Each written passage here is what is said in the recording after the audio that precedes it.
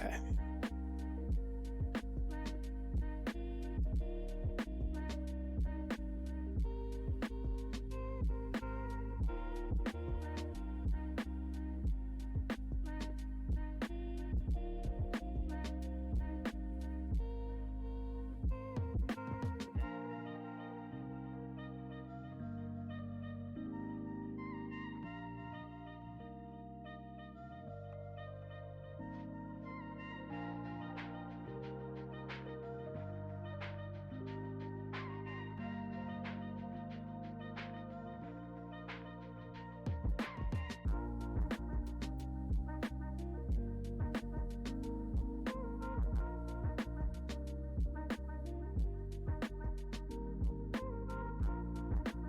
So if I want to get this a little bit similar to how Look Down was done, why is the big round?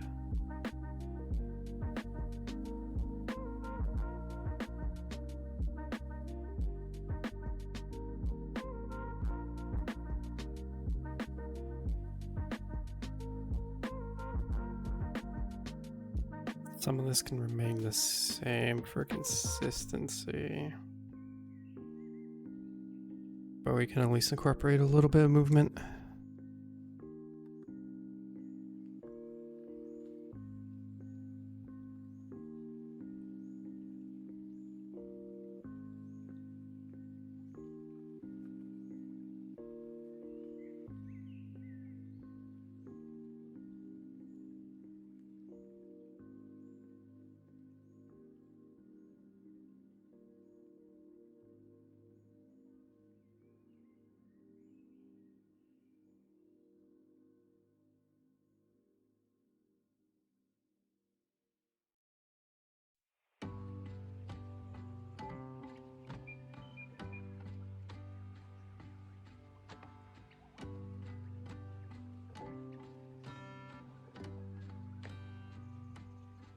Connection right there is off a little bit.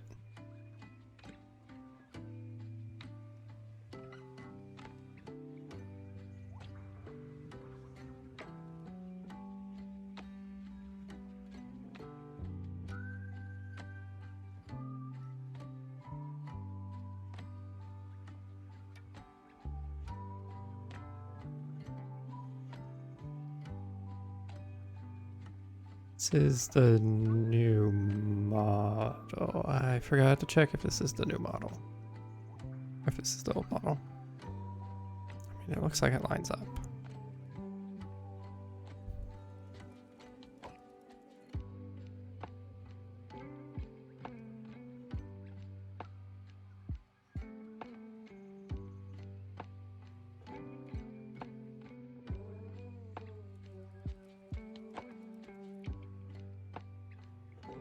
Okay, it is, because it is a little bit better there. Fern, hello. How are you doing?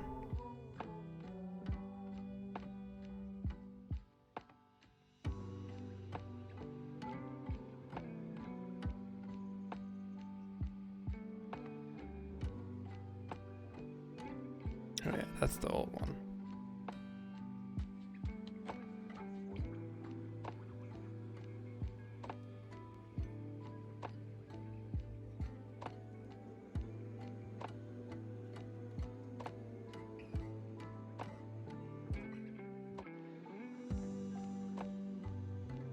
Welcome on in. Tired after work, ready for cozy lurk? Got you covered there, Fern. Hope you get nice and comfy as we continue to work on some Birb Knight stuff.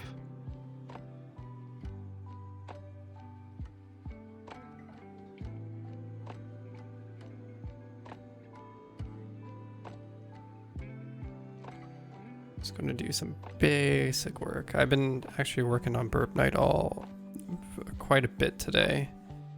I was doing quite a bit with it, doing like some things in which I needed to catch up on, as well as just like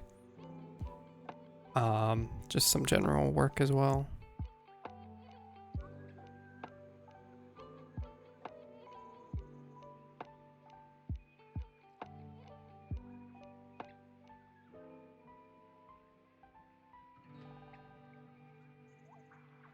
So I am definitely in the mood to do more Birb Knight stuff. And most of it, like, that I was doing earlier, was like, I guess like in a way kind of like data work and all that, just like some general stuff that would absolutely be super boring for a stream. Like getting together a spreadsheet so I can keep track of the different frames for Birb Knight, and so I can know what frames I already have and can implement in other groupings, and what things what stuff I don't have that I need to create. That way I know what I need to do, as well as I know as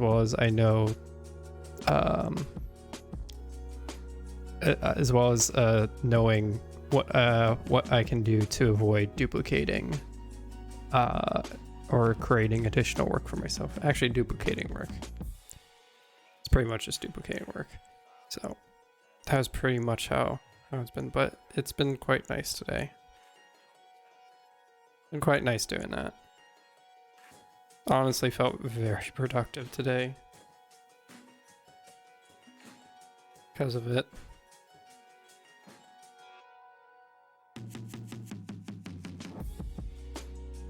And it's been nice to get a little more solid line there. It's been nice too because I've been working on getting some of the concept stuff done, because like a while ago we were doing concepts, so I'm starting to get the concepts together, as well as learning more about concept design and stuff. Descender, hello. This is Clip Studio Paint. Hello, Mika. Welcome on in. How you both doing? Yeah, this is Clip Studio Paint, which is take on your own regard, I guess. Now, now since Clip Studio Paint has announced their eventual subscription model, if you want future updates for like 2.x forward. I know everyone's all different places with that. At least from what it seems, 1.0 is still accessible for the time being, and I believe the initial 2.0 will be a single purchase as well. It just won't have any updates after that. You wanted to see how this is progressing? Doing well, just having dinner. Hope you're having a good dinner, Mika. Yeah, it's progressing. We got Birb Knight to walk a bit. I need to fix some things to make the Birb not so stiff in the upper head, so that like the Birb, because like as you can see, like in the like up here, it's rather stiff. Here, it's like it's quite nice to my liking. I might like tweak one or two things that I just noticed. No, it's fine. But like the upper part is quite stiff, so I need to like do some minor adjustments to get like the sword bouncing, or get the little like the feather in the back to like move a little bit. Birb can chicken walk. The Birb can walk, so it's quite fantastic. I was so unsure. I have constant I have a bit of a constant stress and anxiety, like how when it comes to art, like, oh, it's never gonna look good, and it's never gonna, like, even when it's done, it's like, God, I think I could do better in this, and this. This has been like one of the first initial cases that I've remembered in quite a while, where I do something, I know there's still stuff that I need to fix here and there, but I'm quite proud of how it turned out and really love how it's turning out. So I'm really excited for how Birb Knight is coming along. How am I doing? I'm doing well. I'm doing quite well.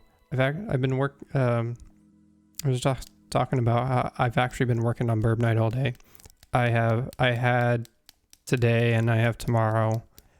I took today and tomorrow off work, so I just spent the time working on some Birb Knight stuff in the background, mostly like data stuff and all that. And I'm going to continue working on that stuff, as well as just some other projects I want to do, because I've greatly enjoyed doing this, and it's helping me gain a set of skills that I really appreciate. Glad to hear about that, knowing that there's still work but liking it so far. Yeah. I'm normally like, I know it's a bit of like a joke at this point with in like the art world in some regard, where like an artist creates something and then there's inspiration there's an old comic I remember. It's like the first step, it's like inspiration, then creation, and then self-loathing. I know it's like a bit of a joke in that point where it's like, oh god, I could have done better, this is terrible, and all that stuff. I know it's a bit of a joke because it's very, very real, and a lot of other artists deal with the same thing. But I know I've dealt with that for forever, and this is first one of the few cases where that doesn't seem to be going fully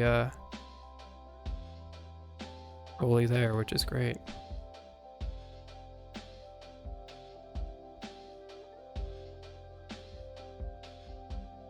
Today was a very chill day.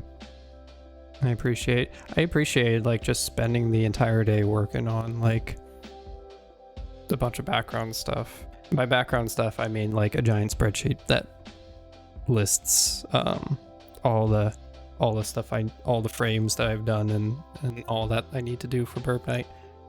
Make sure I don't duplicate work.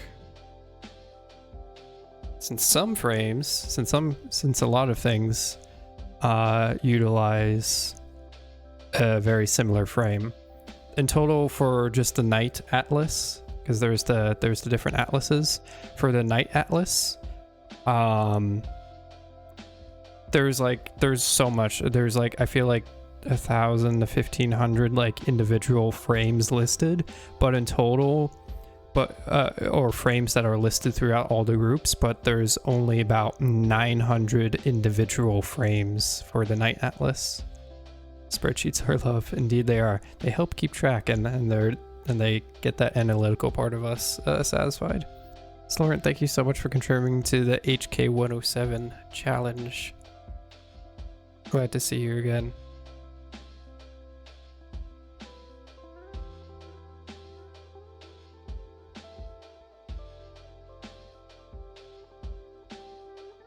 I hope you're comfy, Sloren. As the night gets sleepier and sleepier.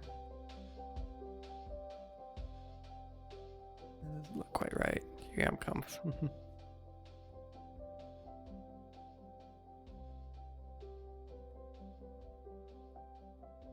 Are you drawing this with a tablet or a mouse? I am drawing this with a tablet. I technically have two tablets that I do work off of. The one I'm using that's hooked up to my computer is a Wacom Cintiq that I've had for several years now. I feel like 4 or 5 years now. And it's a model they no longer sell. It's a 13-inch one. They no longer sell the 13-inch one. They sell like 16-inch and bigger. But it's I've had this for a long time, and I've always liked it. Yeah, I have a tablet for this, and then I have a portable tablet, which I tend to use. A portable tablet meaning like it's a Samsung tablet, and I use that to when I'm not sitting at like my desk. If I'm like at another place, or just somewhere, if I want to work on something in a different location, I can just have that tablet for use. I put so much use into these tablets. I've definitely gotten a lot of worth out of them.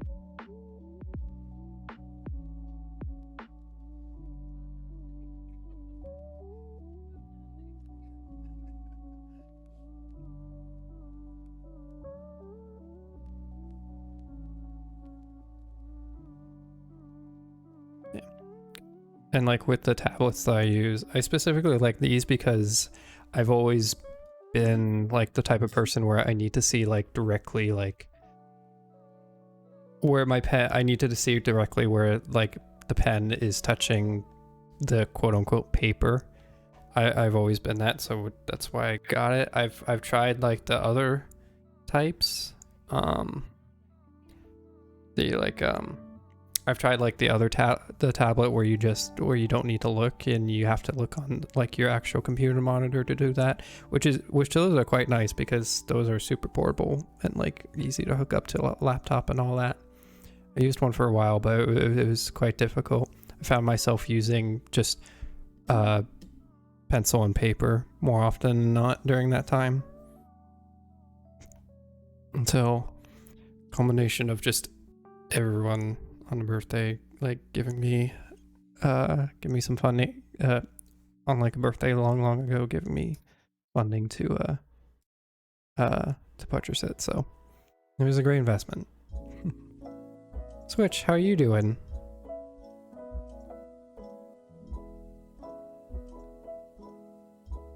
Oh, come on in.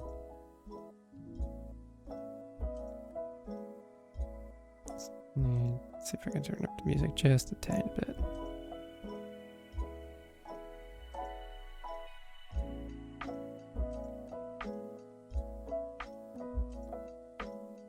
Doing good, how about you? I'm doing well. I'm doing well as we work on Birb Knight.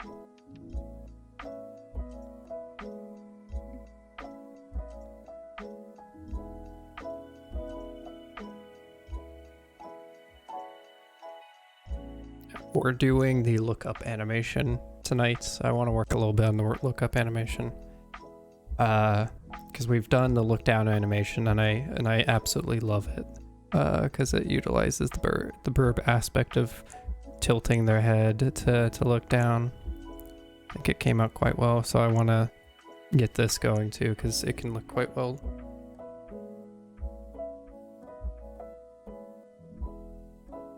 Just need to do certain things to make sure it's all good.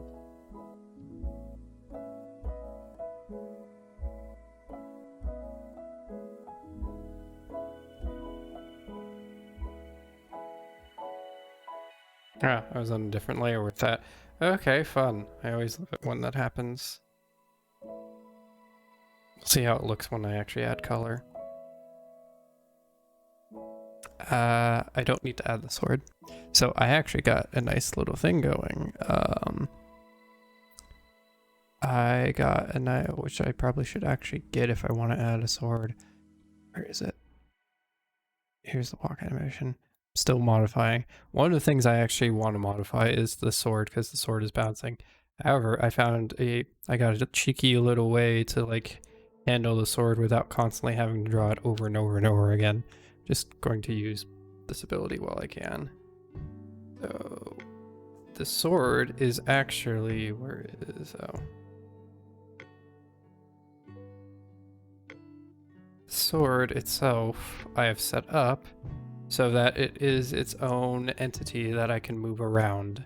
So I don't have to worry about like trying to erase it or like trying to like lasso it or anything like that. It's a piece on its own that I can manipulate now and is already colored, so I don't have to worry about coloring it over and over and over again.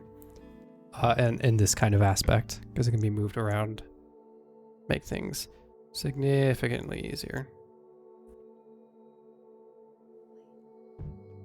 Don't need to save that. Here's a primary.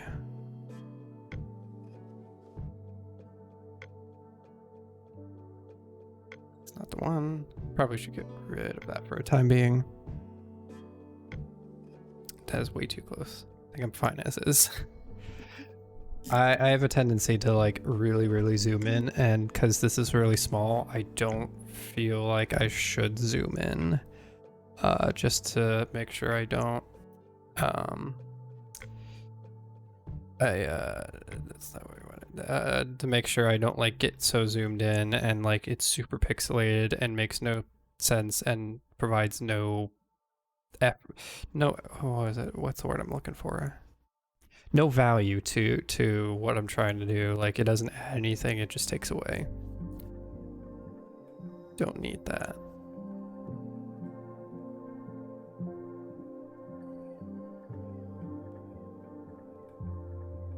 Wait for the eyes.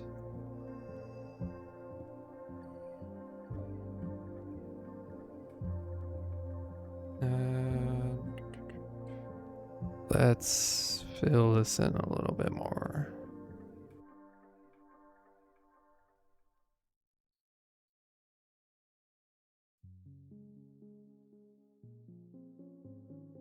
Yep.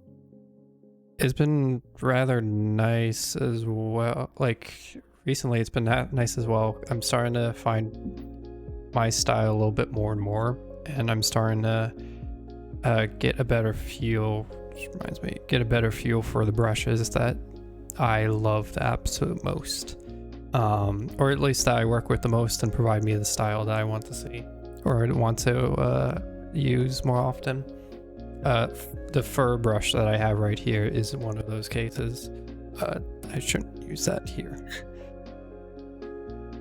But I've been getting more, I'm getting better and better, not better, more and more comfortable with the tools that I use, and then being able to use those tools to manipulate the blocks and images and shapes to look how I want. So pretty much just painting. I'm just doing painting stuff. I have the tools at my disposal and just using them best I can. You've been working on some Mario Odyssey de-rusting for a potential all moons run this week. Oh my goodness. How many moons are, like, that doesn't include the shop moons, correct? That's just like all the moons that are yeah, crap. All the moons that you earn through tasks, right? 880. Okay, that's still quite high. That is still quite high. That is very, very high. Okay, so yeah, because if you bought them all, then it would be 999. That's the number. 880. My goodness. So you have to complete 880 different things essentially to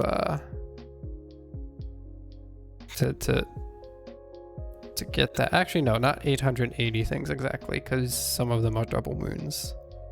You still have to complete a lot of different tasks and little small things and secrets and all that.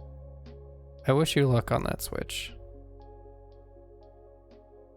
It sounds like you're going to have a lot of fun with it though.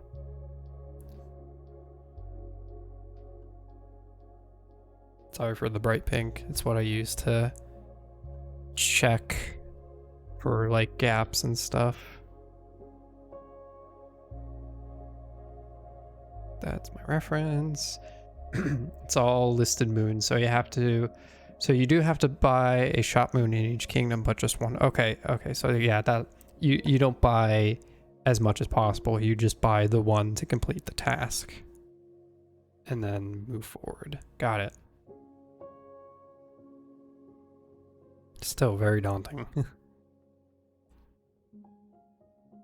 But quite amazing. Yep, so I see. There we go.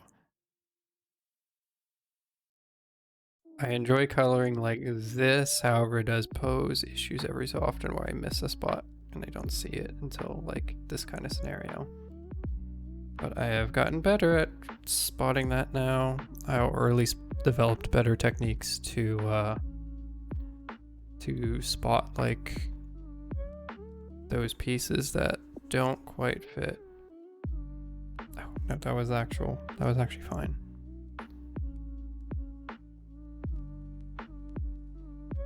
Let's crank this down. I only need stability at a certain point. Stability is very nice. Because, oh boy, do things get janky if you have 0 stability. Which is fine if you're trying to get, like, a specific type of line that isn't smooth, but it's just a pain if stability's not on.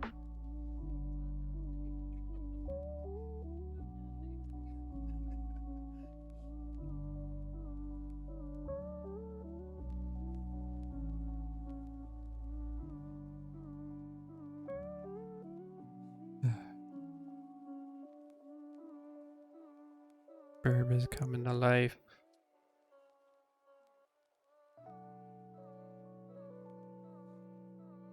One of the important things I need to remember, like one of the things that will be very useful during like any of the test scenarios, or just the test, not the test scenarios, but the tests that are done, that I do for the skin, and by that I mean just like literally adding it to the custom night and then having it selected and then just playing around like a random or something, seeing and noting anything that doesn't seem quite right or doesn't line up between groupings, because we can line up a lot with internally within a single group, but if something doesn't line up between groups, then that's a bit of a problem.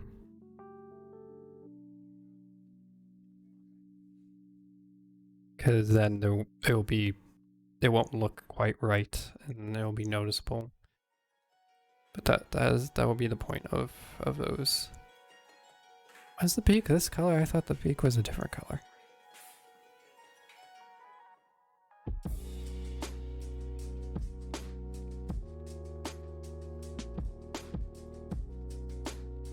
It looks like it's the same. Yeah, it's the same. It just looks weird.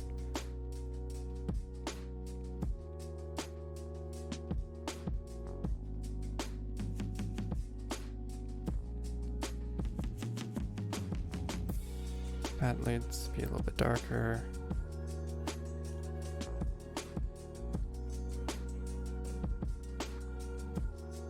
I forget how much space we have. Like, we don't have much space side to side, but we have so much space, like, overhead, because the Hollow Knight has horns, and so, I mean, we can't... There'll be a point at which the bird just gets very lanky, so we don't get to utilize all the space, but I think that's for the better.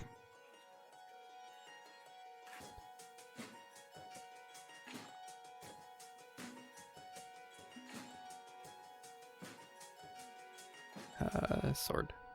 Yeah, that actually looks good. And then I can manipulate the sword how I do so, please. I'll take the sword off for now, because don't need it. Alright, with the look down animation, these are relatively the same. Okay, so I need to plan this out just right. There's a lot of points that are very similar, so like the head stays the same. The only thing that's moving is the cloak. Cloak is the only thing that's moving, and like a little bit of the sword. Just like ever so gently, the sword. To like the smallest degree. So, okay. I need to separate this out. First, let's get this here. Let's crank down that, turn that off because we don't need it anymore.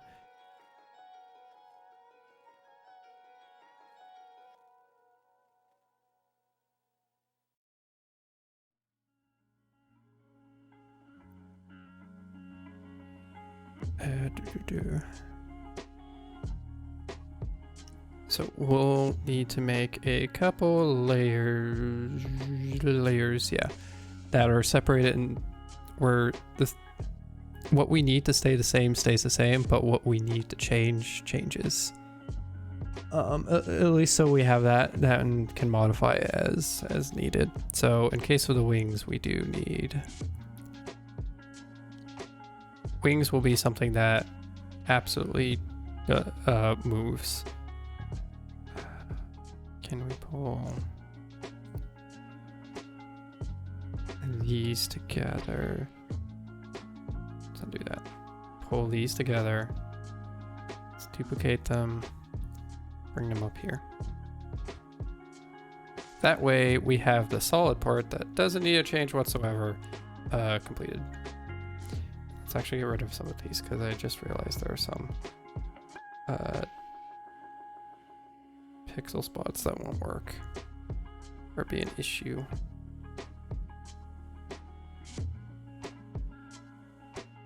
Okay, good.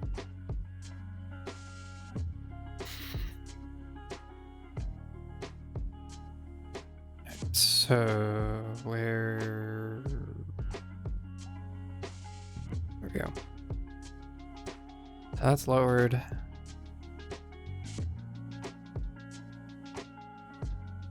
things will be different. Everything else, actually no, everything will be different, but you need to separate it out. So, ew. It's there.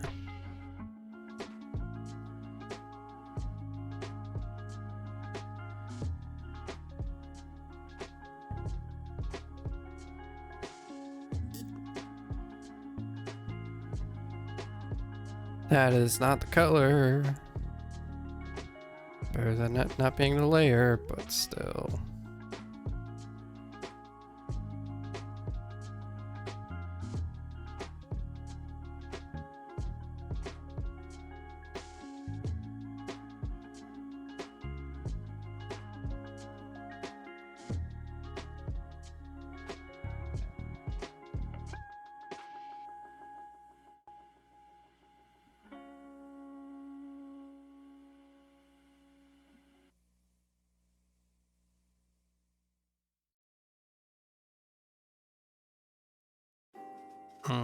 I should probably separate this out a little bit better. There we go. Separate it out so I don't have to deal with certain aspects.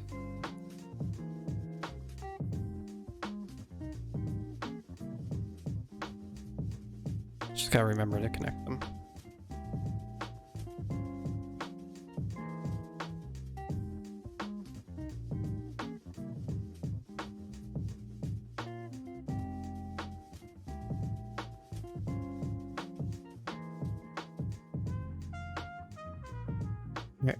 Face down, that's what we did. So eye goes a little more up. I feel like it would also be a little tilted as well.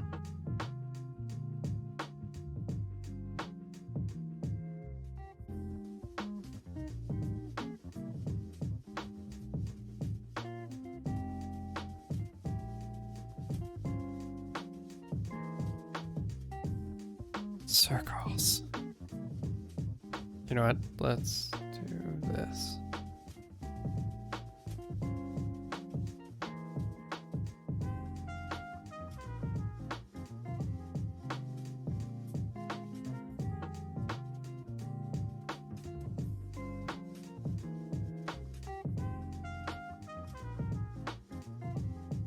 I think of something that would be quite fun. I remember a couple weeks back we were doing some stuff with Birb Knight. We were doing some concept stuff with Birb Knight because there were some ideas that I had not fleshed out yet. I was just doing like some concept work for that, just trying to figure things out. I think what would be fun to do at some point again would just be a day of just thinking of concepts. Or just playing around with like ideas and all that, like giving a prompt and then just like developing something off that. Pretty much. I think that'd be fun. And then like generating ideas and all that. Because I remember I had a lot of fun with it. I know there was expressed that there was quite a bit of fun being had for everyone else as well. Just coming up with ideas for something. Or just like coming up with designs and all that. Hey Ria, it's going well. How are you doing? And thank you so much for contributing to the HK107 Speedrun Challenge. As a reminder for that to everyone, that is the instance where when that goal is met, I will do a 107 run on current patch. I will do an actual speedrun and I will prep for it. And we'll go ahead and do it. The question, of course, that is in the air, though, is will it be a single run, or will this be the start of some sort of 107 arc? Who knows? But in order for that to happen, the community goal must be met.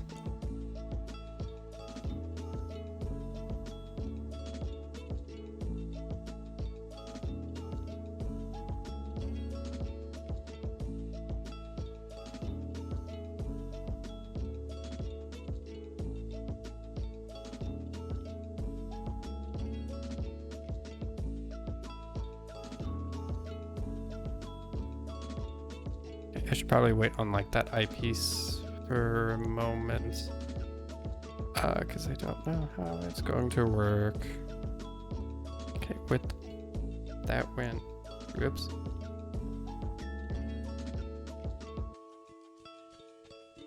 Yeah, that went down. So he continues up a little bit.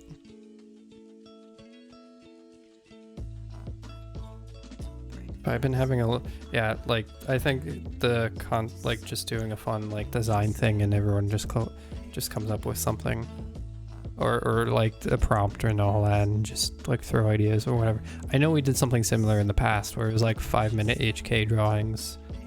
It was like we had a random enemy was like shouted out like, oh, Umu or something along those lines, and then just trying to come up with like I on my part I was just coming up with some sort of like drawing or whatnot from that, like some sort of like it could be hilarious or it could just be like something, I don't know, it's just to work on like getting a little bit of speed and all that stuff for that. But it was quite fun because it allowed me to practice getting some speed at doing design and coming up with ideas on the fly. And I know it was quite fun for everyone else because we were able to get some meme drawings out of it. I forget if I posted it in my Discord. Switch, thank you so much for contributing to the 107 challenge. Greatly appreciated.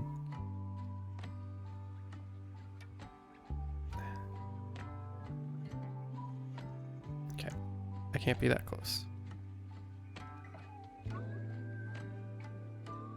So let's just take a look at the beak. I'm approaching this in a very flustered sense, or a sense that like don't really have too much control over, so.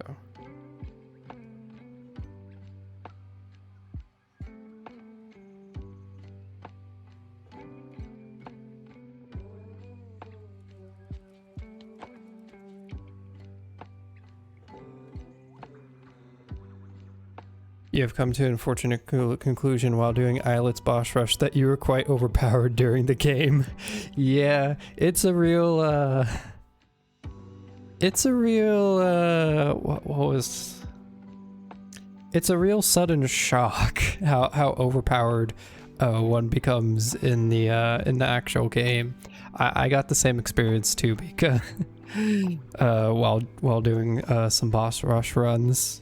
I experienced a similar thing. It's like, oh, this is gonna be easy, and I was even warned. Tasselfoot warned me. It's gonna be a little bit more difficult because you're running with less and you're not as overpowered. And I didn't take that to heart. Exactly.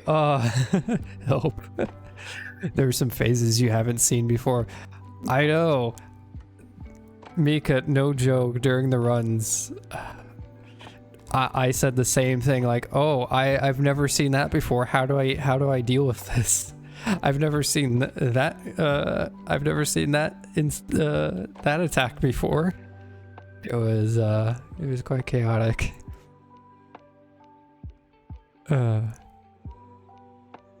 Conclusion was I died quite a bit during like the first attempt of boss rush. You're like, oh, you do boss rush in hard because the game is hard. This will be fine. It was not fine.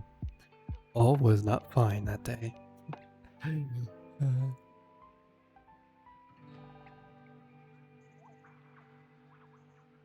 Yeah, it's like, it's such a sudden shock of like, oh wow, this got harder. I was even doing it on an easy, and there was also some stuff like, wow, I've never seen that before.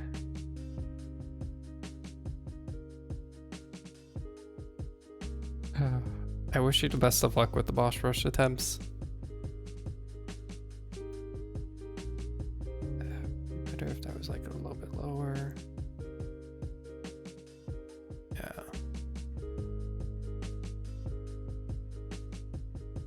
Let's get a beak.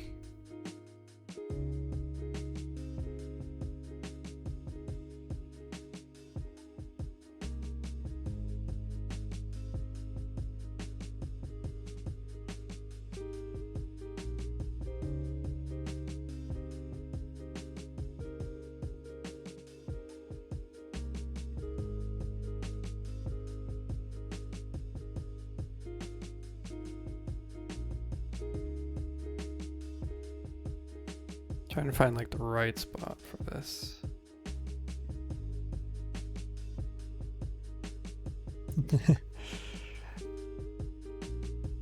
No problem, Mika. You're learning some new ways to fight at least, yeah. At least teaches you how to fight with next to nothing.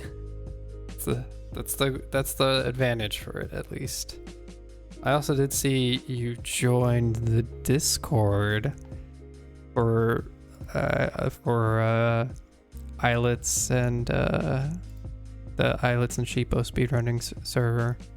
Saw that you were there's a lot of people that very familiar faces I've seen make their way into that server, which is very exciting. It was very exciting to see, like, what, because I joined like I think like the day after it released.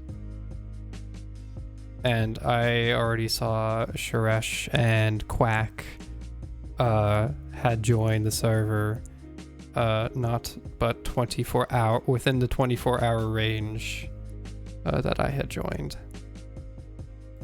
So it was very exciting to see some familiar faces, and there's continuously been some more familiar faces as time goes on. It's been very exciting. I'm looking forward to seeing everything that comes out of the out of that, because speedrunning is still like, we're still getting the routing all situated, or like trying to find out like the initial routing, and we're getting some basic understanding. So like it's a very glorious time of just working through this stuff.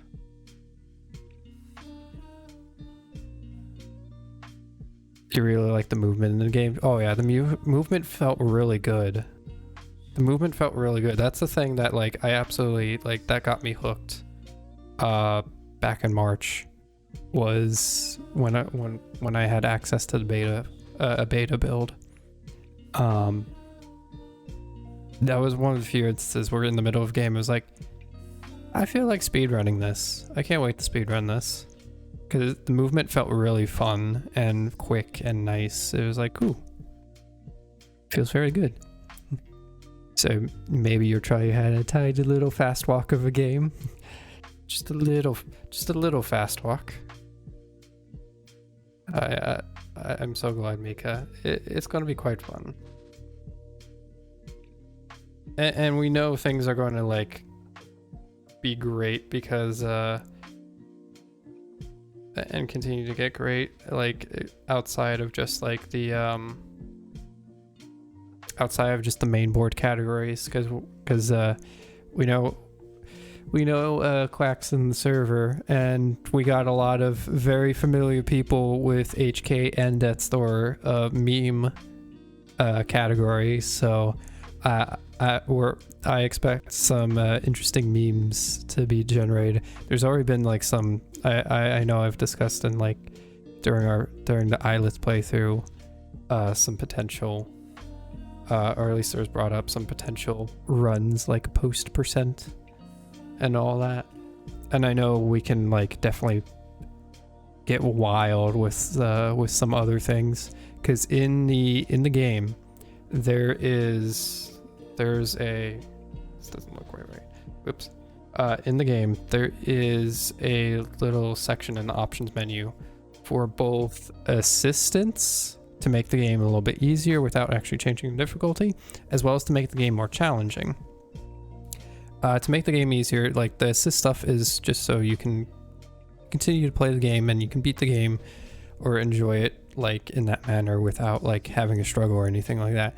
In which cases the assist options grant an increase, like you can change the percentage on how much damage you deal. So you 100, 150, 200, and then 500% damage, essentially. Another option is infinite arrows, and another option is invincibility. So to make things easier, I'm sure you can do some wild things with that. There's also a challenge in the options gameplay as well. There is a challenge section. There's a challenge section where you can increase the amount of damage dealt to you. So at default, it's about like 100. It can go up to 150, 200, and then I believe it goes like 100, 150, 200, and then 5,000. So a one-hit KO from a one hit from anything at any health will kill you, pretty much with that setting, with 5,000% enabled for damage take. There's also some other things. I don't remember too much off the top of my head. That one's the one I remember because it's just hilarious how it just jumps to 5,000%.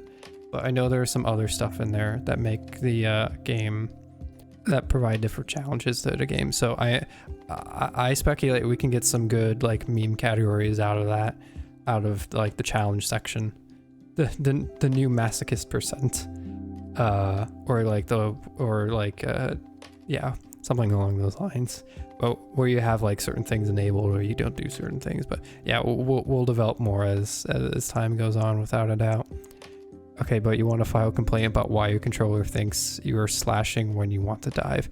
Yeah, I think it's just like, so what I've noticed when it comes to when you want to dive versus when you want to slash. So I think the tapping the button isn't enough. From what I've noticed, you have to hold. So you have to go down and you have to hold. At least for when I'm like keyboarding, I have to hold down and I have to hold the attack. I have to like kind of like a charge in a way. I have to hold down the attack. I can't. I've noticed whenever I've tapped it, it's just gone to slash. But if I held it, it does the dive attack. So it's just a matter of holding it. But from what I've noticed, it would be nice if that wasn't the case, where you could just tap and you go down. Probably frustrating in some parts and not frustrating in other parts. It's all situation dependent. But then again, that's no different than just trying to like send off Vengeful Spirit or Shade Soul, but instead you end up de-diving straight into the void. Who hasn't done that in the middle of a Radiance fight? And more often than not, who hasn't done that and died in a Radiance fight because of trying to do that? Oh, you forgot about that. Maybe you should try and see if you can use that. Yeah.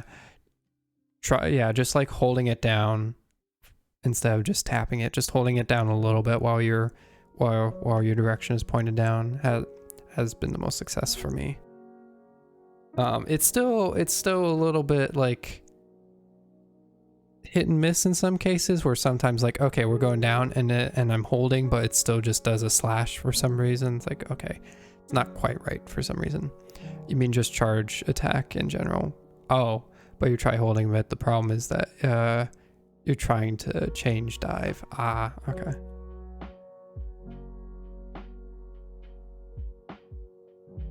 Got it. Yeah. Oh, chain dive.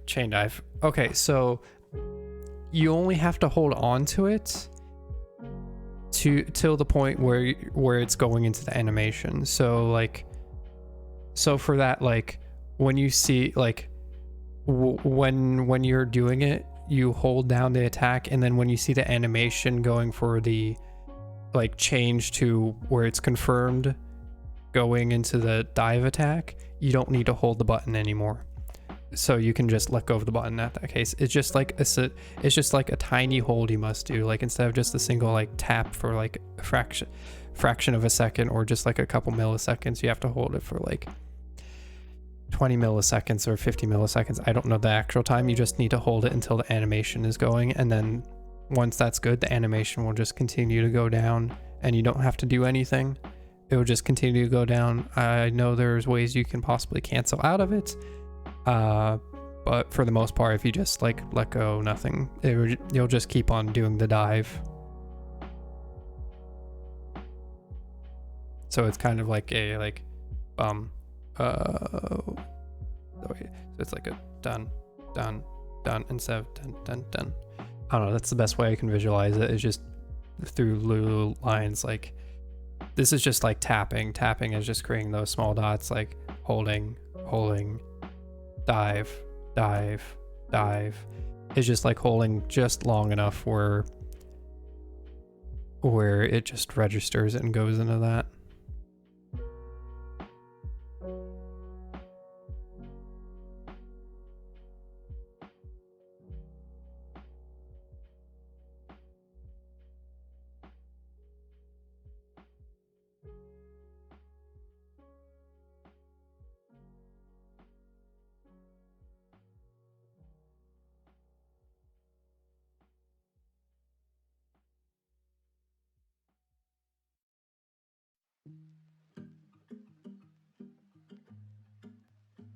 Been working on this beak, but I just need to get the right kind of roundness. Otherwise it doesn't look quite right. Like that doesn't look right.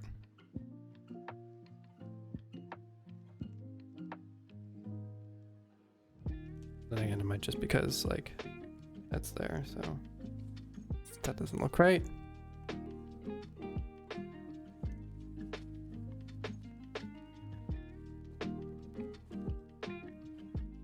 Pretend that's not there.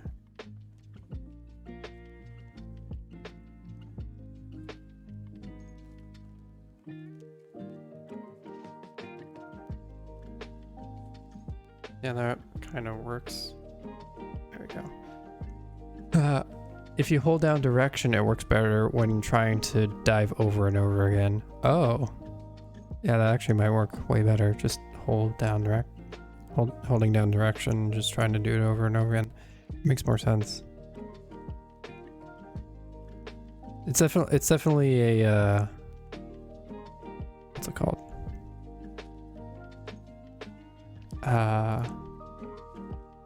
I just blanked. Sorry. Yeah, oh, okay. It's dive is definitely an interesting mechanic that I don't fully know how to get consistent, so, but I'm sure over time we'll learn that aspect definitely will help out a bit.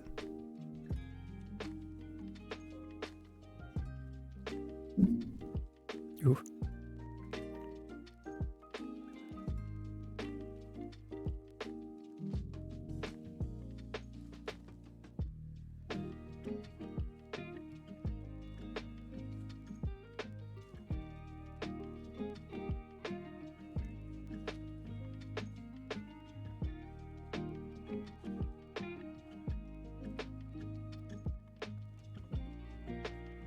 Give me 1 second, I'm gonna turn on some lights.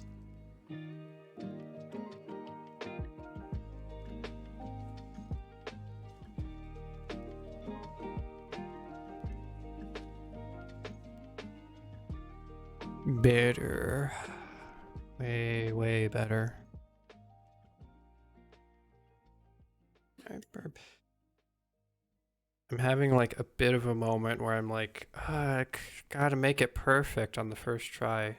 I don't know why I'm like having those thoughts right now, but that's why it's like this is taking a little bit longer than normal.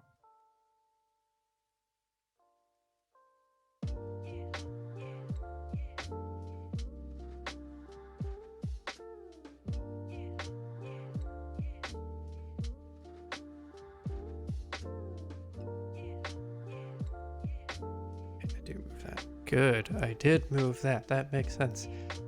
Alright, you have to go, but have fun with the art, and thank you for your chats. No problem, Mako. Thank you for stopping by. I hope dinner was well, and I hope the rest of your night is amazing. I will catch you later.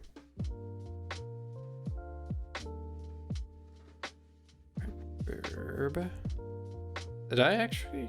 Hold on a second. Did I don't feel like I moved that enough. Alright, that'll be something to fix in that.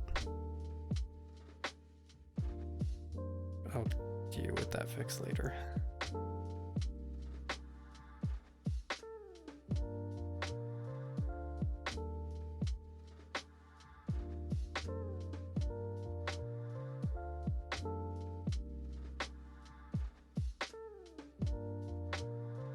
So in terms of the head,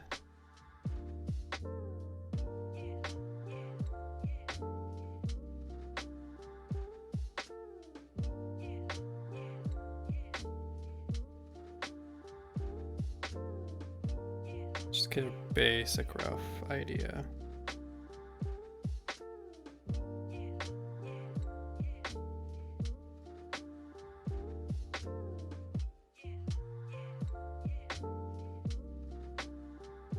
I feel like that's too steep of an angle.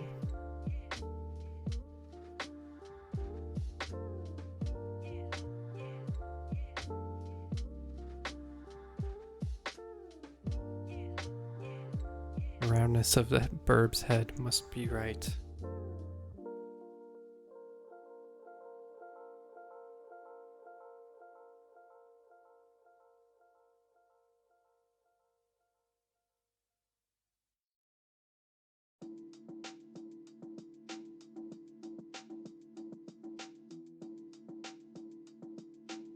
Now I'm just trying to get markings down.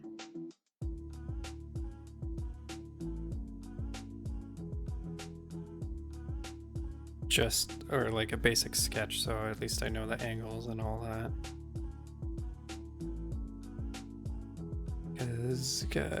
Because there were some aspects that are easy to transfer in this, but not a lot.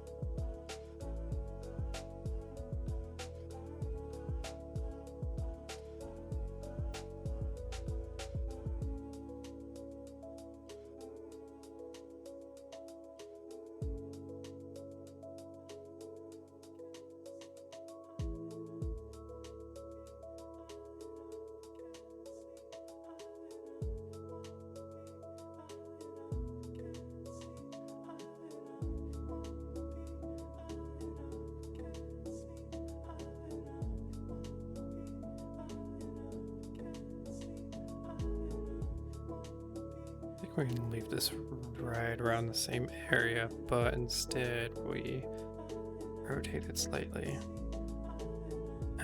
No, it's already rotating, so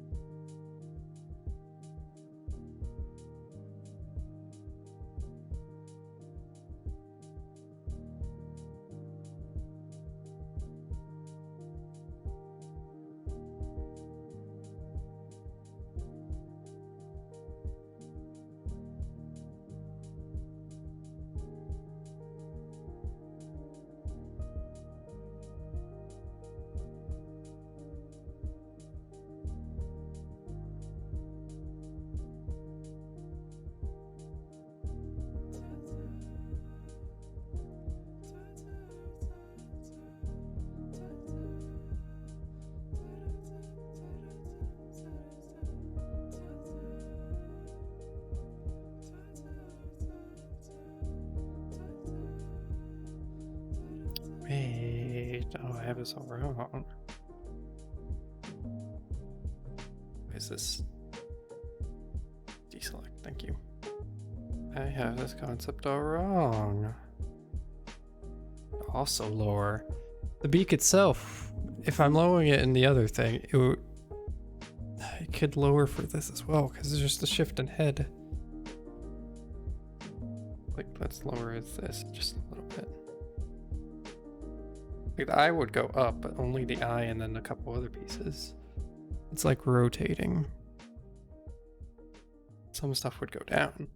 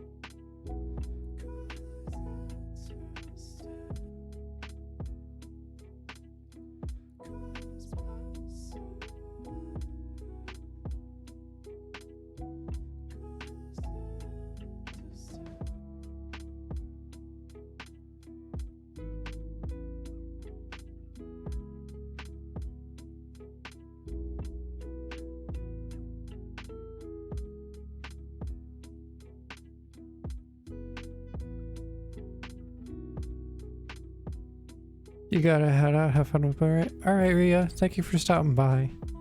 Hope you have a wonderful rest of the night.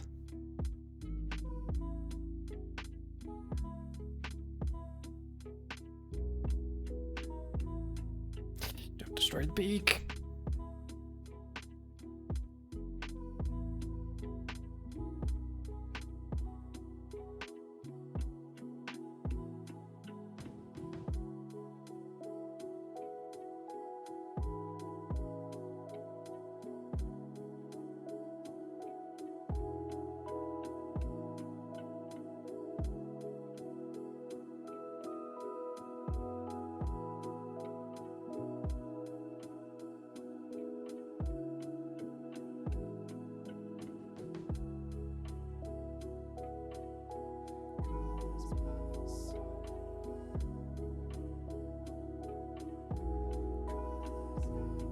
I feel like I'm looking at the Zote in some regard.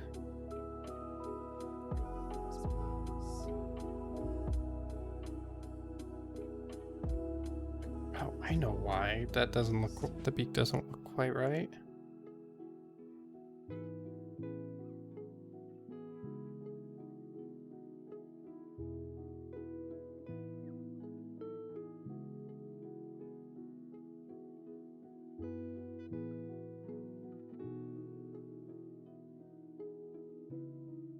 This is the top piece.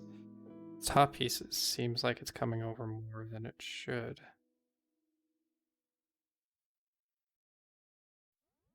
It's not round enough.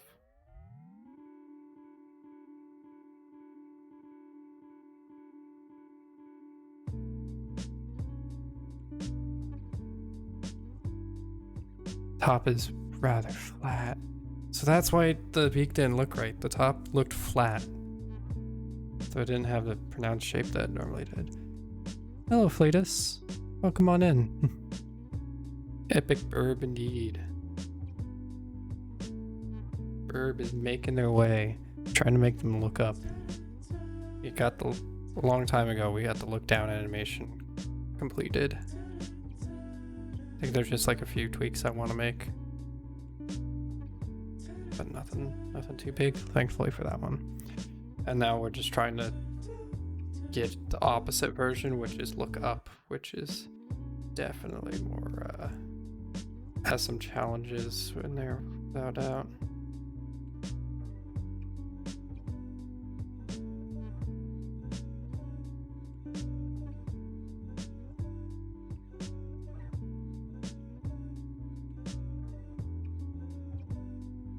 We're making our way through, getting more Birb Knight completed.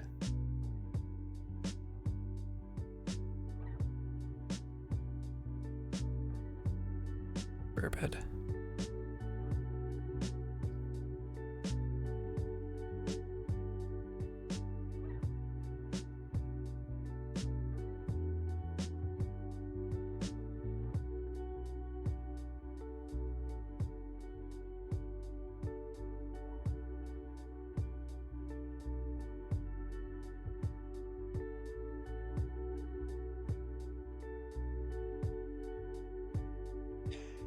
I hope someday you make a duck skin as well if you have spare time. Oh, that would be a lot. I could probably like repurpose the skin a little bit in some aspect or other. There's like one aspect I wanted to repurpose the skin for, but I'll let that continue to be a secret. But it's just more of like a recoloring, if anything. A duck skin or a goose skin would be fantastic to have too. It would just take a lot of time. This is already like making a Hollow Knight skin already takes like so much time. I feel like this, by the time I have this done, it'll probably be like I'd say like the last for time being, just because Silksong might be around the corner. If it is truly coming out within the next year. Based on like the tweets from Xbox and all that stuff when they had the new trailer. And also this is just a lot of work and takes up so much time. I wish I could do more of this stuff. I wish I had more time for this stuff, but my goodness, this takes so much time. I knew that going in, but it's like always still daunting, like how much this takes.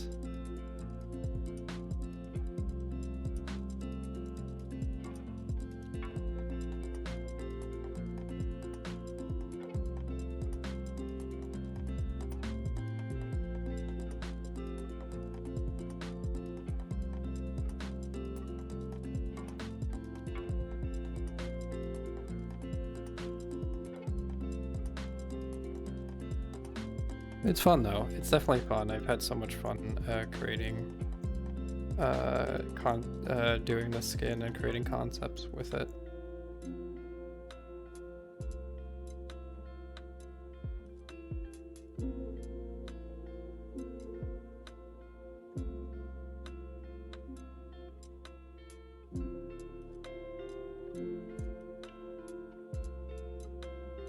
Yeah, I think it's just like the spare time in general. It seems to be less and less a thing I have. Something about the head doesn't look quite right.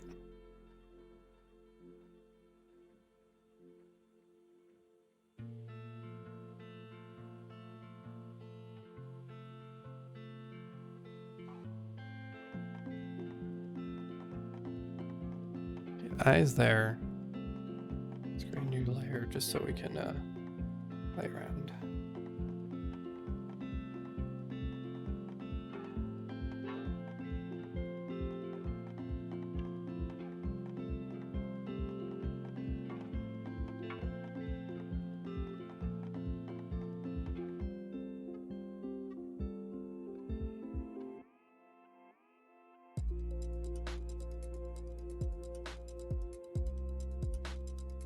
What if we work smarter and not harder?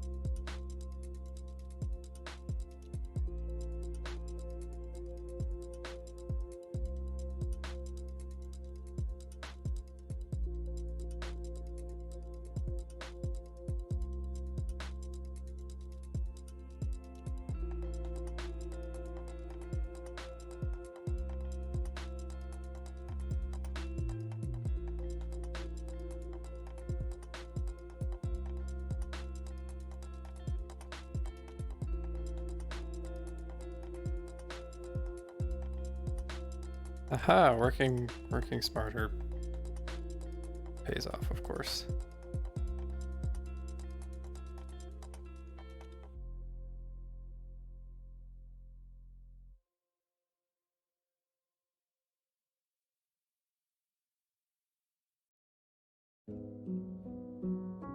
Something about this beak doesn't sit right. Why doesn't it sit right?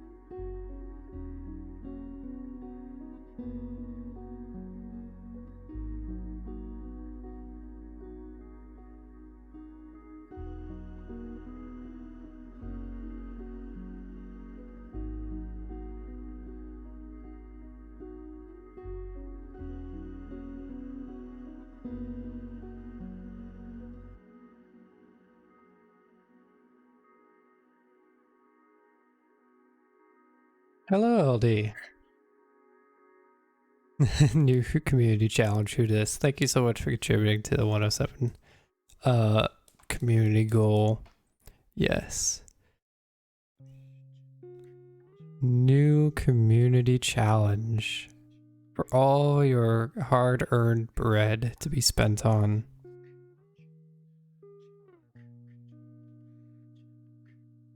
How are you doing, LD?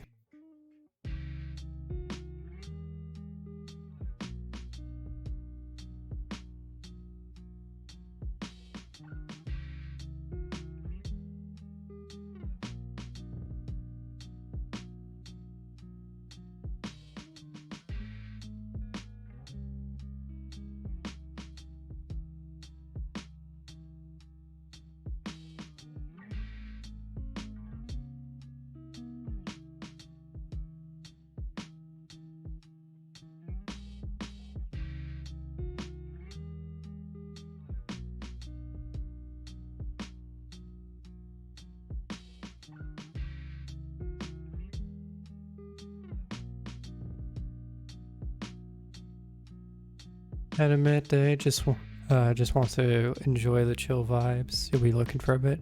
All right, LD, enjoy the lurk, and I hope you get nice and comfy.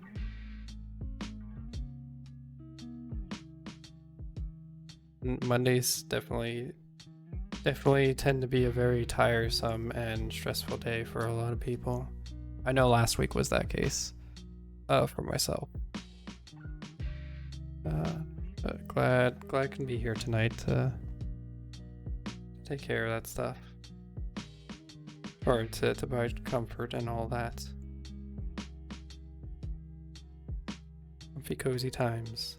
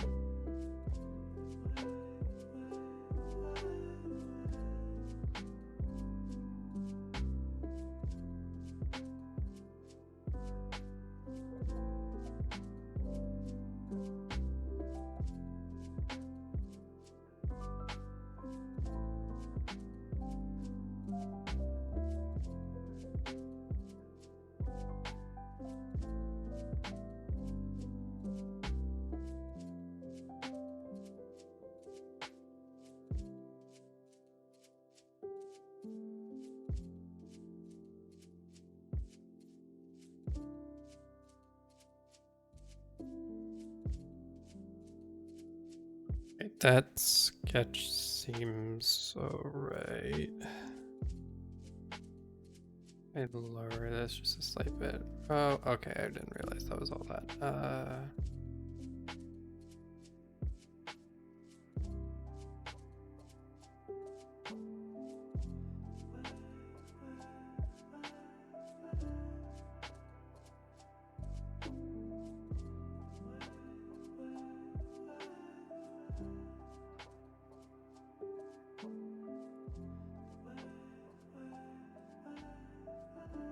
Oh, Birb. Or Birb.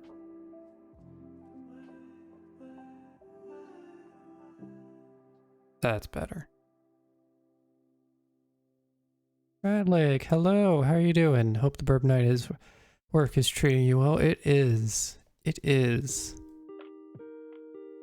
We're walking along, making progress. Also, thank you so much for contributing to the 107 speedrun. Yeah. The Birb walking is our greatest example now of the animation we have done.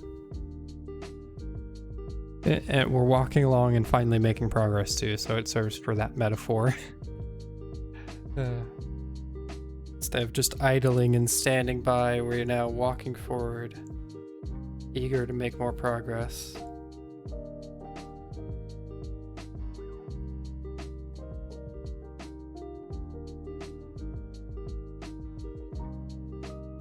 Yeah, how you doing?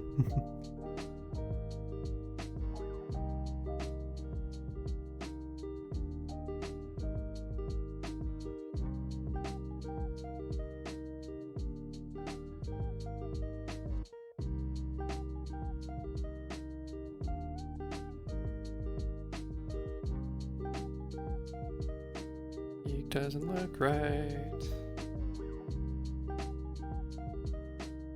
Oh, that is better. That vastly improved the beak. Just a little bit.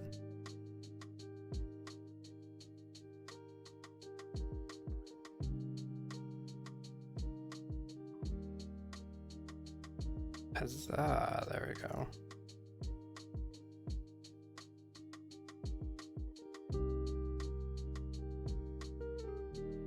Doing good. Trying to talk yourself to going bed early like a responsible adult, but alas, the siren song of Minecraft. Oh no. Getting to bed early is the responsible thing. However, of course, there are other adventures out there that are more intriguing. Minecraft certainly is the adventure calling to you. I understand that. I've been dealing with a very similar thing as of late. Because of it, I went to bed at 2 a.m. last night, and I was like fairly, quite a bit tired in the middle of the day, and ended up falling asleep for like an hour in the middle of the day. I understand that siren song. Going to bed at a reasonable hour? What is this? You think you went to bed at like 2 or 3 a.m. last night? Oh boy. Yeah. There's always something. It's like it's odd now. It's like just the thing is that like you go to bed at a decent time or early like a responsible adult because you know you're going to be tired. You know you're like, I know in certain cases, like I'm not going to sleep in. My body's not going to sleep in. It's going to wake up at the usual time. It's going to wake up at 6. I think that's the thing is, it's just like you do it so you can get the sleep, not because you need to get, not because you're worried about sleeping in, but because you know you're not going to sleep in, or like your body is going to be like, nah, or you do need to get up. And it's, I like remember a long time ago, it's like, oh, I could stay up for quite a while, and then it's like, I'd be fine. Now it's like, I stay up till midnight or 2 a.m. and then I'm like, I have one moment during the next day where I'm like wrecked, where I just feel myself like nodding myself to sleep for like 5 minutes. You really enjoy waking up early, so you're always up at 7, even if you went to bed at 4. Yeah, your body's now in a rhythm. It's like, oh, I like waking up at 7. Let's wake up at 7. Oh, you went up to bed at 4? Let's wake up at 7. I like waking up at 7. It's like, thanks, body. Oh, boy.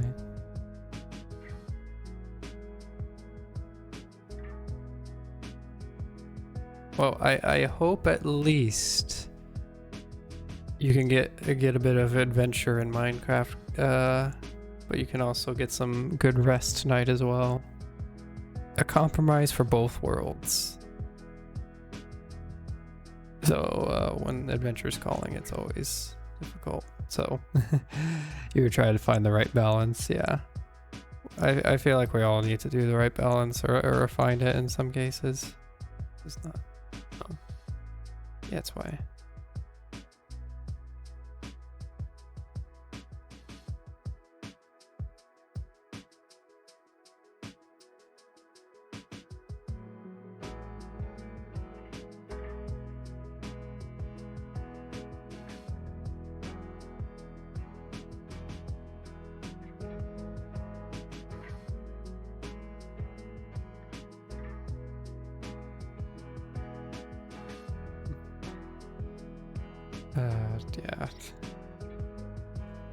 Yeah.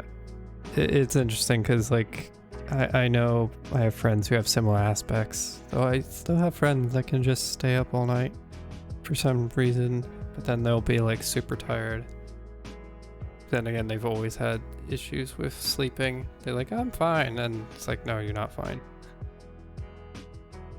You're clearly tired. But it's interesting now how I have so many people I know that are the same. It's like, I can like not stay up past this, otherwise I'm just wrecked. For me, I like have such a hard time, like if I'm not super engaged in something, like late at night, like I mean, like I have to be like super invested. I need to be like a bit invested into something if I want to stay up. I like nowadays just like if I'm not really invested in like whatever I'm doing, I will like start to fall asleep and like won't make it past like 11 anymore. Like 11 I start to nod off and like it's like, okay, I'm just gonna make my way to bed and just do that. However, of course, when there's always something you're super invested in, whether it be watching something or playing something or doing something, that can certainly keep you up. I've had plenty of cases where I'm doing arts and I've like stayed and I've lost track of time, and like I look at the clock and it's like, oh, it's 7 p.m. and then I look up again and it's like 2 a.m. It's like, oh boy, I've really been just doing art for like 5 hours without actually looking and seeing what time it is on a work night. Yes, I have. I have done that on a work night and I've regretted it. Actually, no, I haven't regretted it. I enjoyed it, but like definitely made working harder. You used to wake up for work at 4 a.m. Monday through Friday for like 2 years, so you used to go to bed at like 8 every night. Yeah, I know someone who wakes up at a similar time, and they go to bed at like 8 or 9 every night.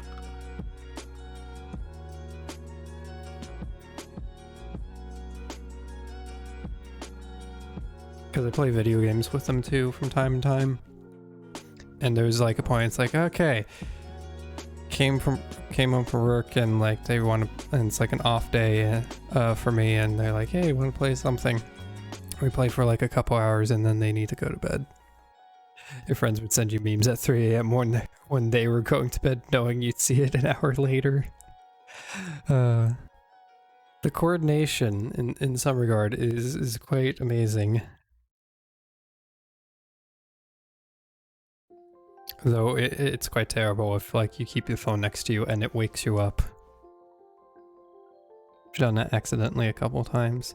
Since I've actually had that happen more recently than ever before, just because everyone's on the East Coast. or at least a lot of people I know on the East Coast. I'll have some people, I talk to quite a bit of people, but I'll have like messages like pop up at like 5 a.m. for me, and it's like it's 5 a.m. and like everyone's like, oh, it's a good day. It's like everyone's already up and it's like normal. It's like it's 5 a.m. for me. Shh, I'm going back to bed. Though I appreciate it. In all honesty, it was like always my fault because I kept my phone on me, or like right next to me, and I kept it like I would keep it on vibrate and on the surface, a hard surface, like my desk or something like that. So like that was always fun. Like you get a message and then like it's on a desk and it's vibrating, so it's like it's like I've gotten better now, where I actually like have my phone like just like under the pillow next to me, but it's also it's still like vibrate, but it doesn't like get anything. Actually turn it off silent too more often than not, but it's like at least right there, and it's on a soft surface now. It's also reachable, which is good in case I need it, but like it's just I've gotten better at that. That was my own fault, in all honesty. It never placing your phone on a hard surface with vibrate on and expecting that is just like it's asking for trouble. Time zones are so complicated. Oh yeah. You got some sheets that have pockets inside, and it's honestly awesome. Oh, that sounds awesome. That does sound awesome. It sounds very convenient. Definitely sounds like it makes things a whole lot easier to do. Or to like hold stuff, but not have stuff next to you. Does that head look right?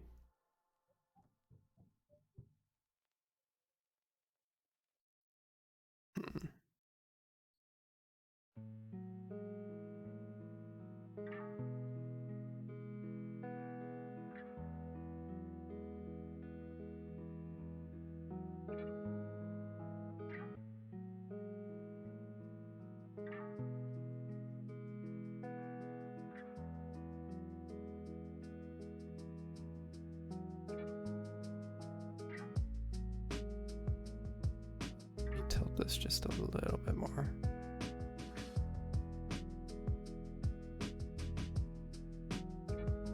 All the way down. No.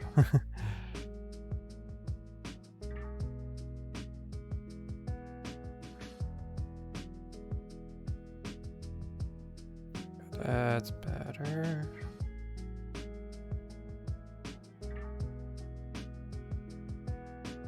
Round. There we go. Used to be a phone on the pillow person too, but now you just pop it in there. Probably makes things easier in some regard, because it's like you can still grab it fairly easily, but it's not next to you and you're not tempted to like grab it and just like look at it. I know some people like will just look at their phones at night. I've like broken out of any habit of like even doing it before I go to bed. I never looked at it when I was in bed, but before I used to do it, and it's like I feel like things are a little bit, it's oddly enough nicer now because the screen isn't shining in your eyes, and so your brain isn't like, stay awake, it's light shining. It's a whole lot easier to go to bed now. Yeah, it probably makes it easier for if there's any temptation. Also, like, you don't have to worry about it falling. That's the thing I've had happen at least once, is that like it just ends up like it's at the edge. I don't realize it's at the edge when I place it, and then it just falls off. It's like what you have now definitely sounds like it stops that from even happening. You don't worry about your phone crashing onto the ground or crashing into a post or something.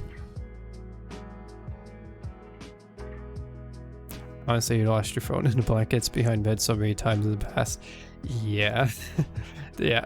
That's the thing. Like, that's the advantage that your new system has with the side pocket or sheet pocket.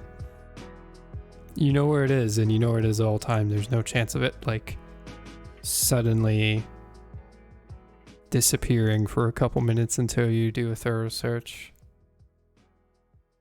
There's less worry about that.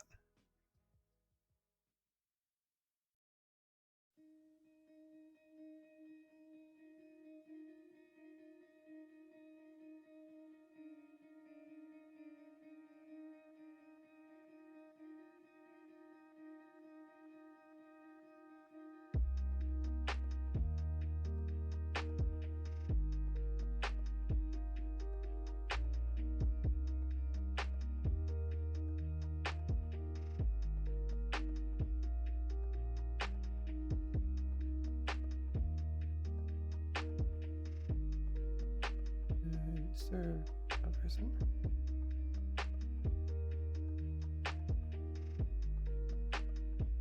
Okay, that's looking up.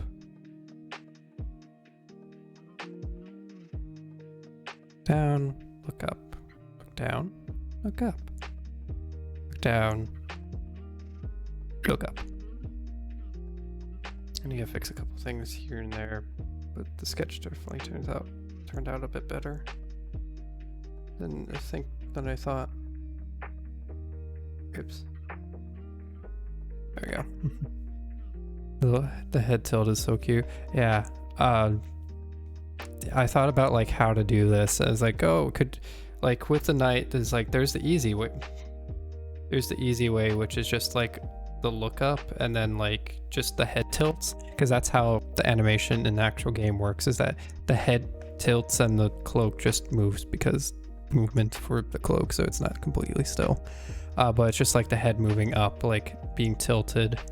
And thought it'd be more fun to do like more of like the head is being tilted down to like to look at the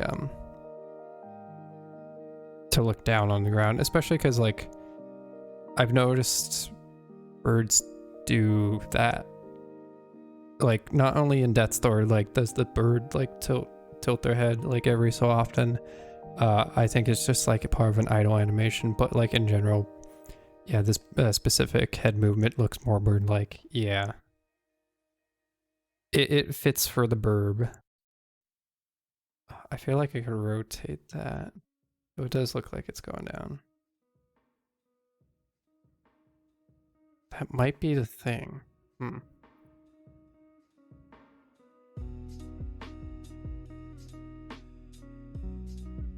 Let's just make this eye its own. Actually, do I have an extra eye? Yes, I do. Get rid of this one. We'll play around with that one.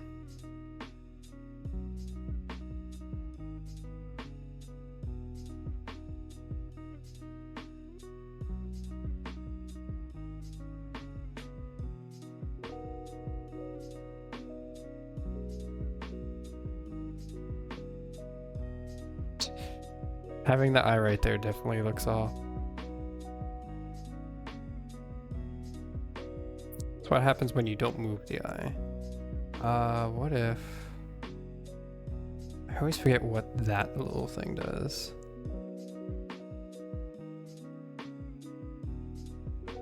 How can we get this where it looks up? Very obvious. I guess like this as is already like doing just that.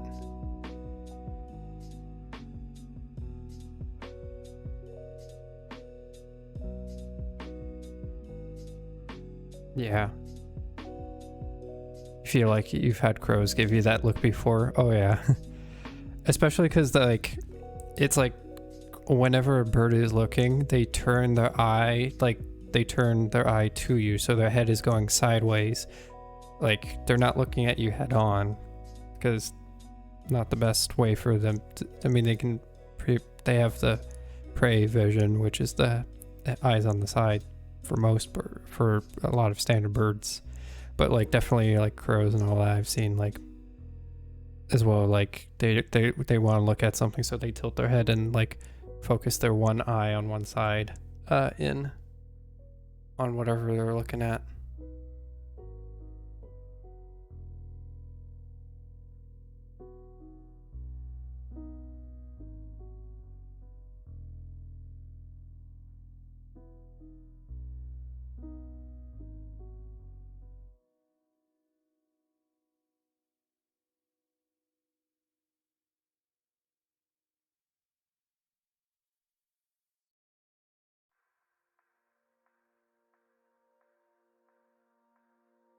One of my favorite things about rats is that they wiggle their heads back and forth to get better depth perception. It's very cute.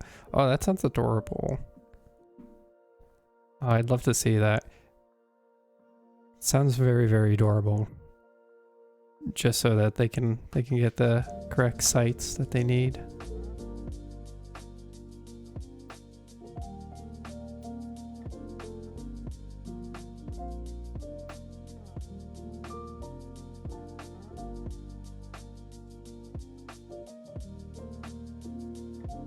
Animals have very cute behavior aspects to them.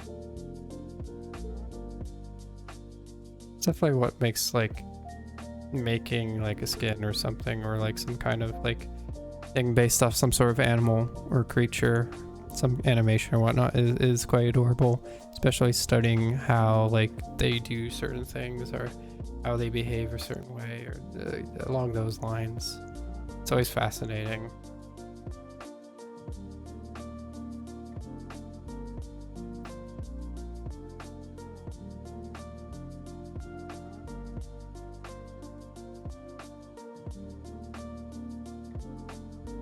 That'd be more of a standard bird.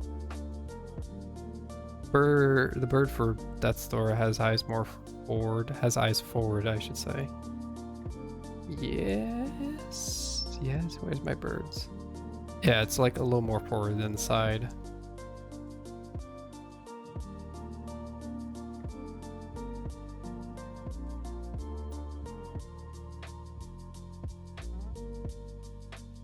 Yeah, there we go.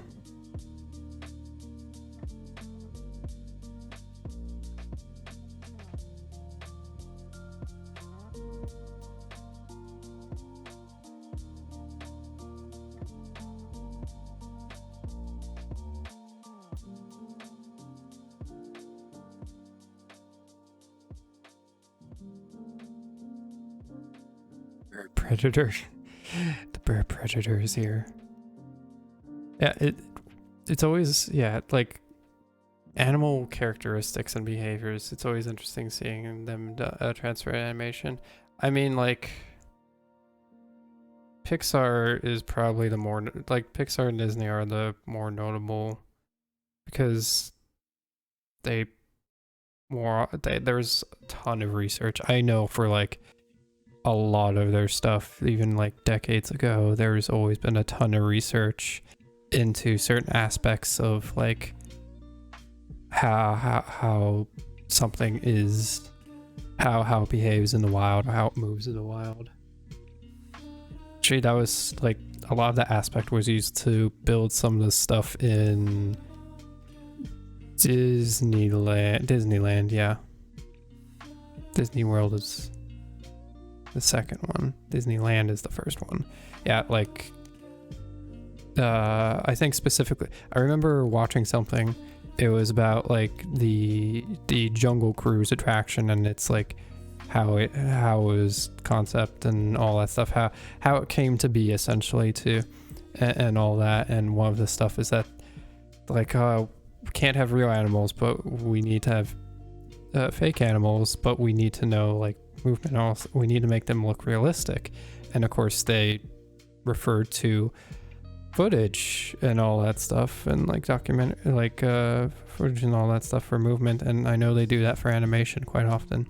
Barry was always your favorite movie growing up. The way that they captured deer movement is so good. Yeah, they spend, there is a lot of research that goes into like how the movements of certain animals or certain creatures or like how things work and all that stuff. There's a lot, which is cool to see. There's a lot of research and thought to make it be realistic instead of like just like we have a general idea, we'll just go with this, and it doesn't quite work, or it looks weird, or it doesn't, more importantly, it doesn't seem like it flows too well if they don't use references or if they don't do the research and all that. Because like that's the problem you can run into, is that if you don't do the research on certain things, like you won't know how certain movement happens or something along those lines. And so there's going to be like something is going to look off if it's not similar to how it's done in nature, or how an animal walks in nature, or how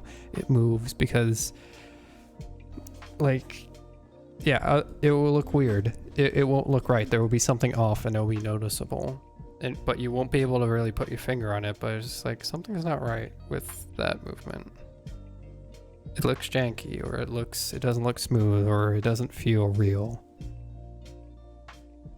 So like research is always important in many different fields too. Animation and art are like the areas where I feel like there's so much research done into a plethora of things, and you end up finding about like so much more than like you'd ever think you would need to know.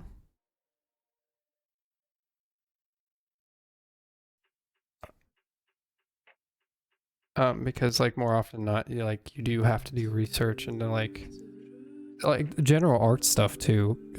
Just general art stuff, I should say. Because like art, animation, design, all that stuff will get a lot of research into that, into certain stuff.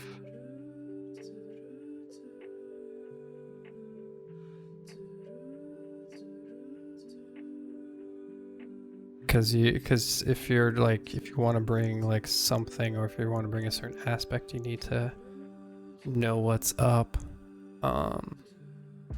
If you ever look at like concept artwork, you'll see like, actually, like, I could bring a good example right now, except this is more based off video game instead of an actual like setting or whatnot. We're trying to replicate something in another video game instead of like a temple in real life or a design in real life and all that. This is a good example of that. This is definitely like more organized and like on a separate thing than how it normally would be.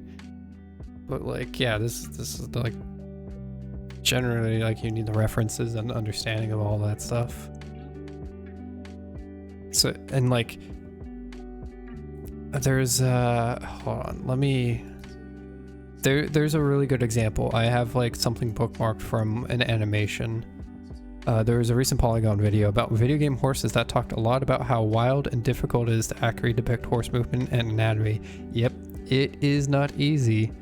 Movement is very interesting with a horse, and anatomy is interesting, and trying to like capture those things, especially in a virtual environment, or to some sort of virtual environment such as that and whatnot, it's always difficult. Especially since it's something especially since like horses are like rather big, and so there's a lot of different parts to make a horse work. Where is it? Here it is. Like for an interesting aspect of like references, as well as like the ideas given by clients, visual influences, like visual references, influences, all that kind of stuff, as well as like storyboarding ideas. Like this is a general process on like how to properly like do design and all, or how the process goes through design and all that through a professional environment. This is something very familiar. I remember learning this aspect, but it is essentially a little thing by Doig and Swift, who are animators and color directors. Yeah, I believe Doig does a lot of the color choices and all that. But that link goes, there was a music video for a band called Tupperware Remix Party and called Starlight Brigade, and it has this amazing animation. It's beautiful and done by some really amazing talented animators and artists at Knights of the Light Table.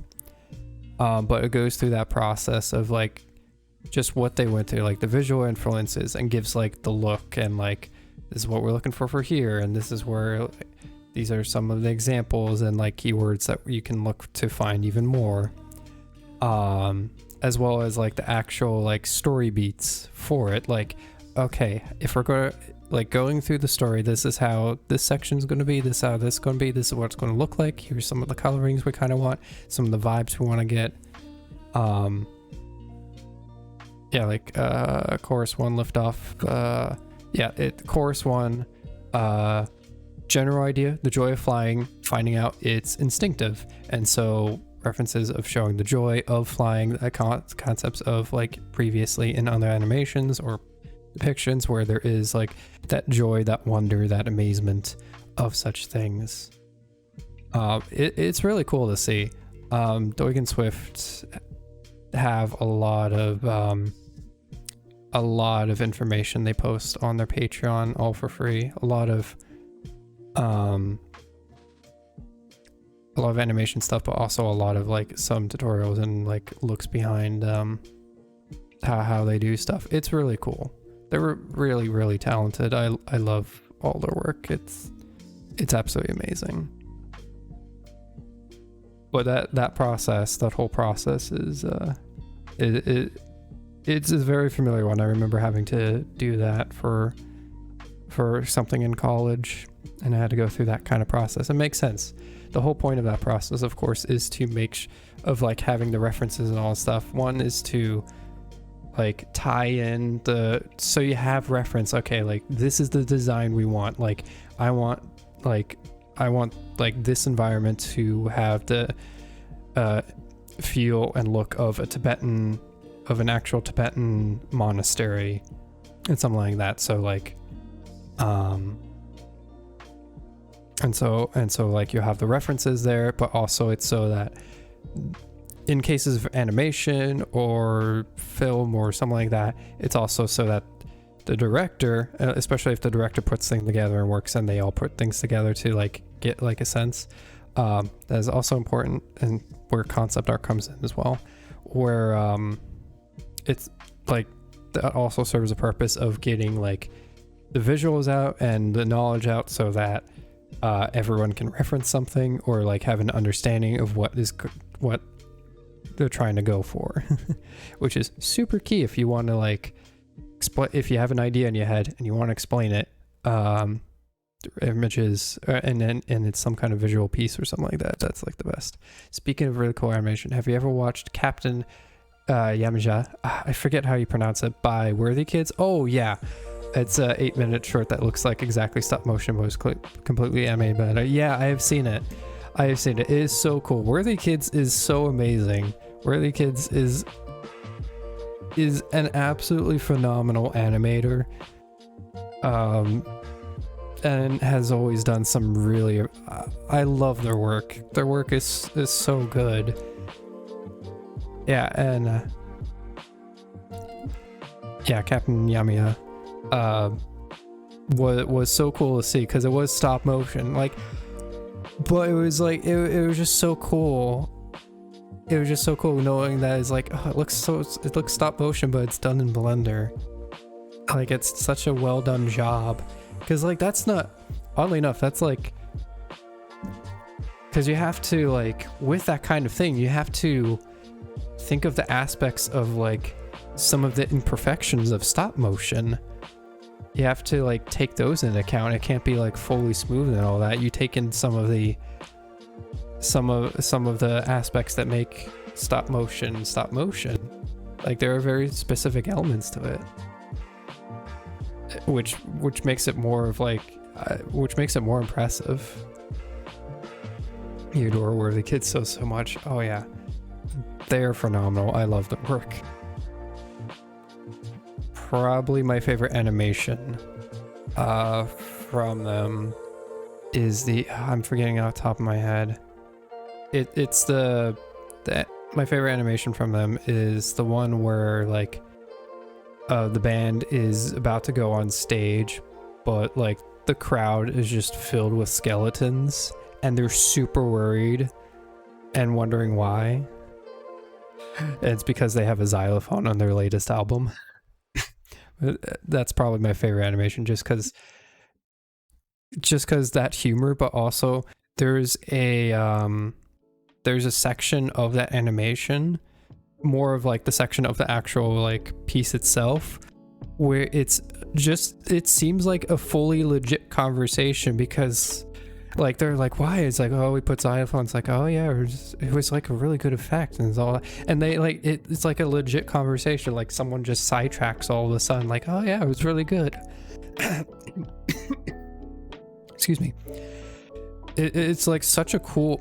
That was like such a cool thing, because I feel like sometimes like it's just a lot of dialogue and all that stuff can go so straight to the point. It's like, oh no, it's because we could put xylophones. Like, oh dear, no, that was a bad idea. Now what are we going to do?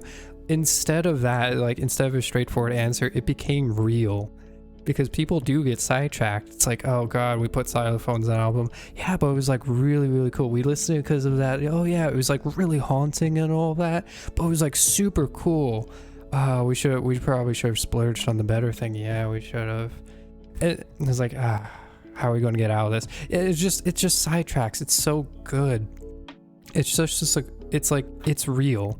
That's the cool thing. It's like realistic kind of dialogue. Just buddies like getting sidetracked real quick. Like, oh, it was a good idea. But it was like, oh, why do we do this? And I could go on about that and repeat myself 5 times over, not getting anywhere. You love how you can like see the strings and fingerprints on the clay, but the clay and strings don't exist. It's so mind blowing. Yeah, that's the thing.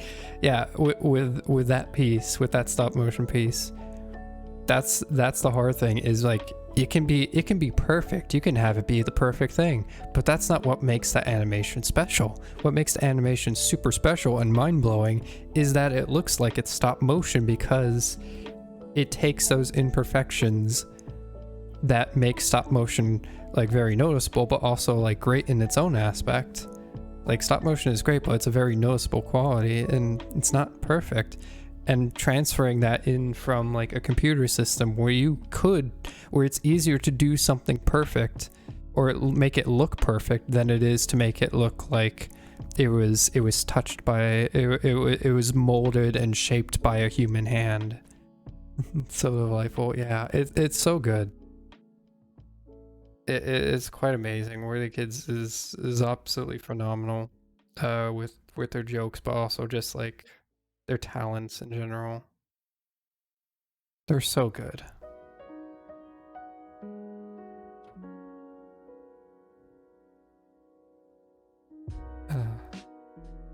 Absolutely amazing.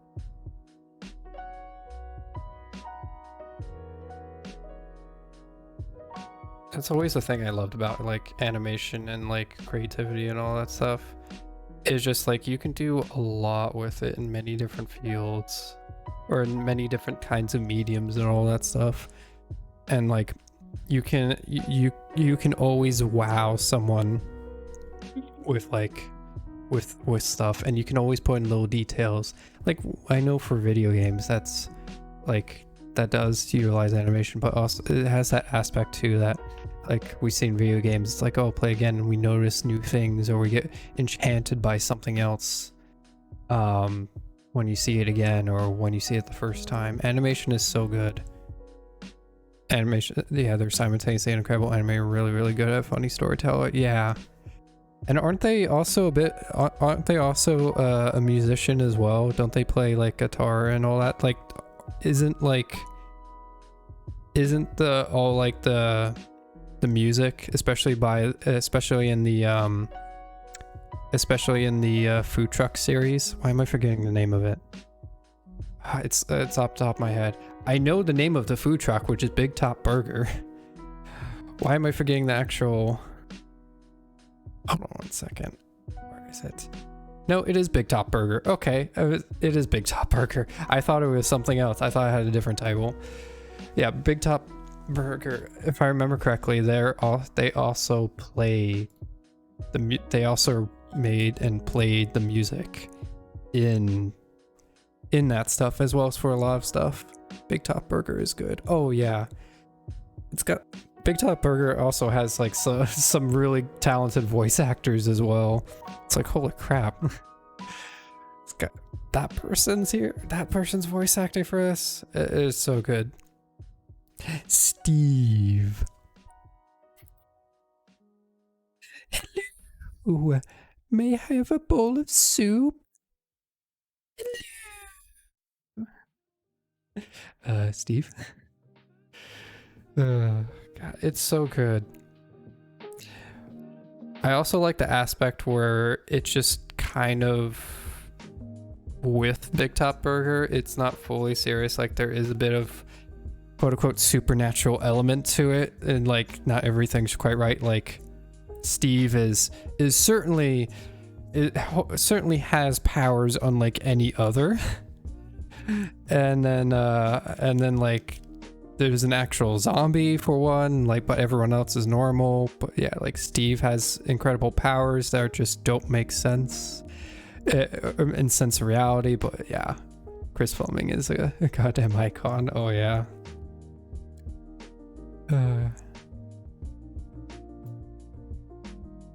Just a lot of talent, all around there. It's incredible. Absolutely amazing.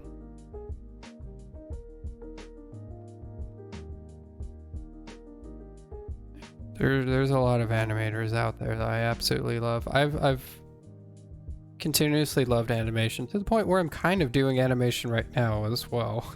To the point where I'm actually taking up animation in some form. Actually, no, not in some form. This actually is animation. Okay, in some different kind of aspect, instead of constantly flipping between frames. It's oh, it is flipping between frames. Whatever.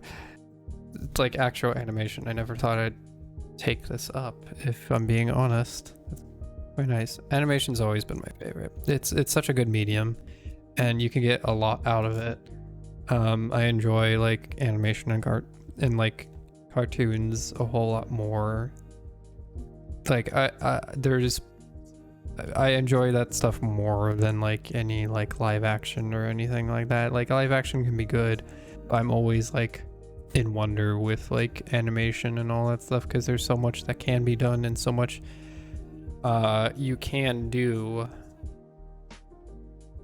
And I feel like there's like I tend to see like a lot of more stories that catch my interest through animation.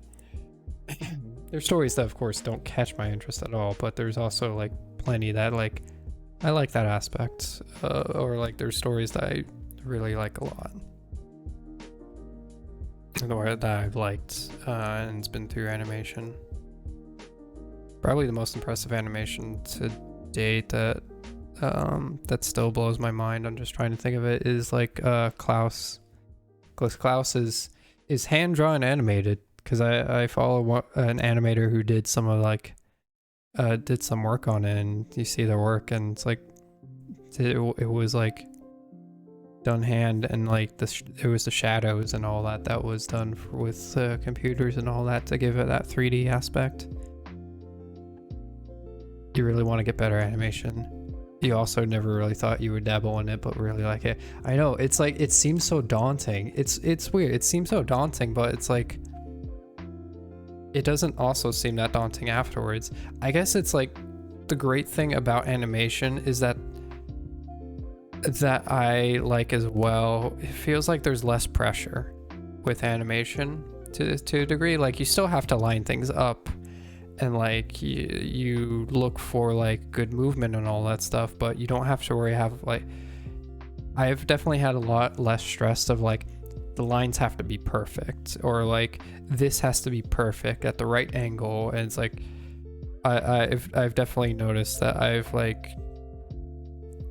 still cared about that stuff with like Birb Knight, but like it's been less of a thing than how I've done with like just standard art, because standard art is just still, and so it's understandable why you worry about that stuff, because like it's there and it's going to be noticed because it's not moving. The great thing about this is that it's moving, and it will be very difficult to ever see like a line that isn't correct, or like something that isn't right, because it goes by so fast.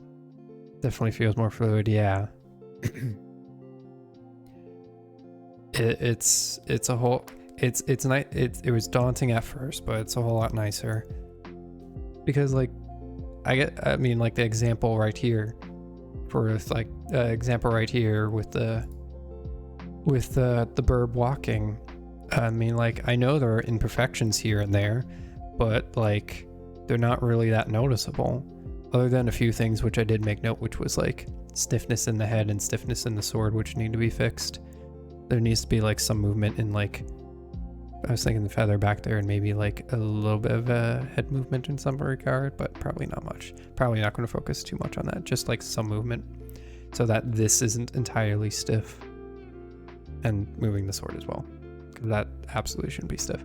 But like, I'm sure there's like imperfect lines and all that stuff, but it works with it. It works quite well with it, and it's not noticeable. They're not noticeable. If you pause on a frame, absolutely you'll see the stuff, but if it just continues, it's going to be difficult. I guess that's why I liked it.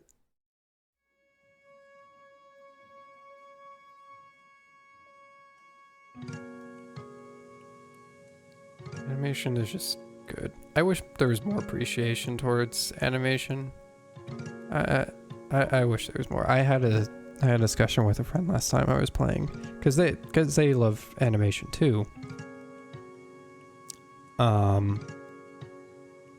They love animation too, and we were just talking about, and we were talking about like, it's just unfortunate that there isn't as much appreciation for some animation, that's just passed off as more of a it's like, oh, it's a kid's thing, or it's like if there's an animated thing, it's like, oh, it's for kids, and then no one pays mind to it.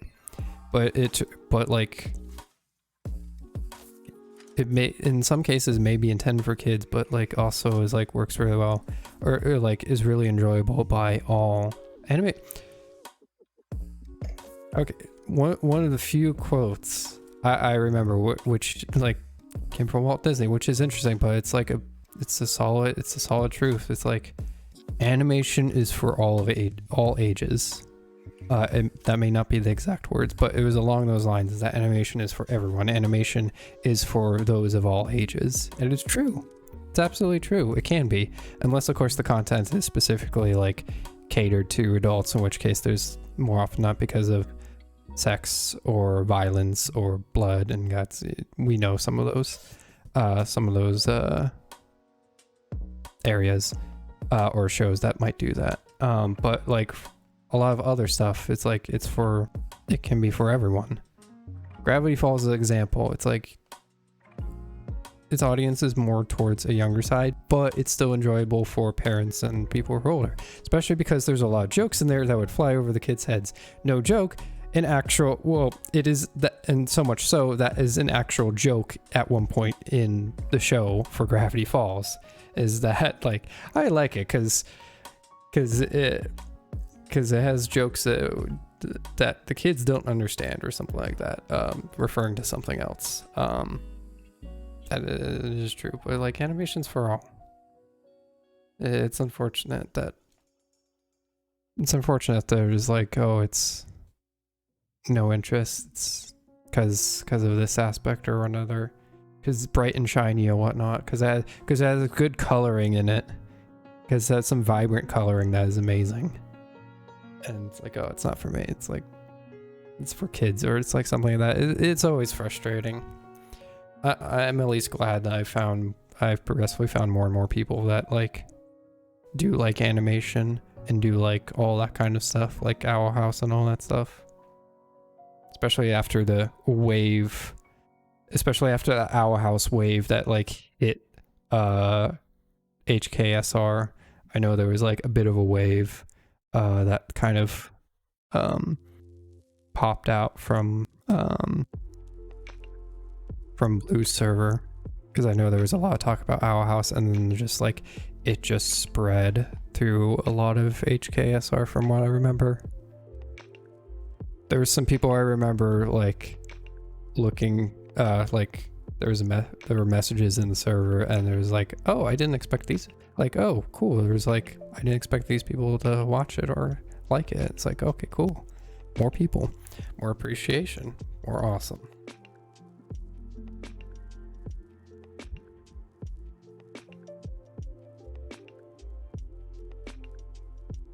I might have to fix some stuff on this. That's fine.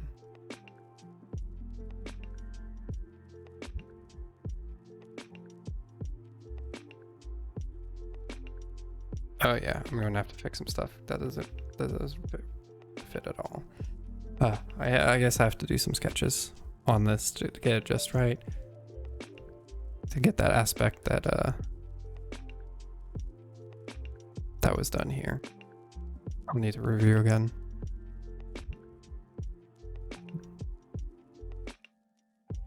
I think I'm actually going to wrap up for the night. Just because I've actually been working on this stuff for pretty much most of the day. So I feel like I need to just like take a break from it and stretch and all that stuff. And we made some goodish progress today. Get some more aspects of that done.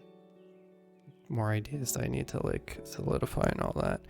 There's been plenty of work on the back end so far. But that will happen and that will start to show more. But yeah. Let's go ahead and find someone to raid then.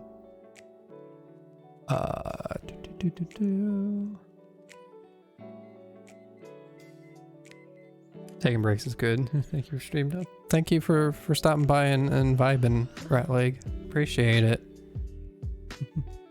We'll go ahead and... Colette is doing every journal entry is randomable. Oh yeah, I remember hearing about this. We're gonna raid Colette. Every journal entry. Oh my goodness. Yeah, I appreciate everyone just being here and vibing as we make more and more progress through Birb Knight for Hollow Knight. I hope everyone has a wonderful rest of the day or night, and we'll head over to Colette. All right, all. Cheers.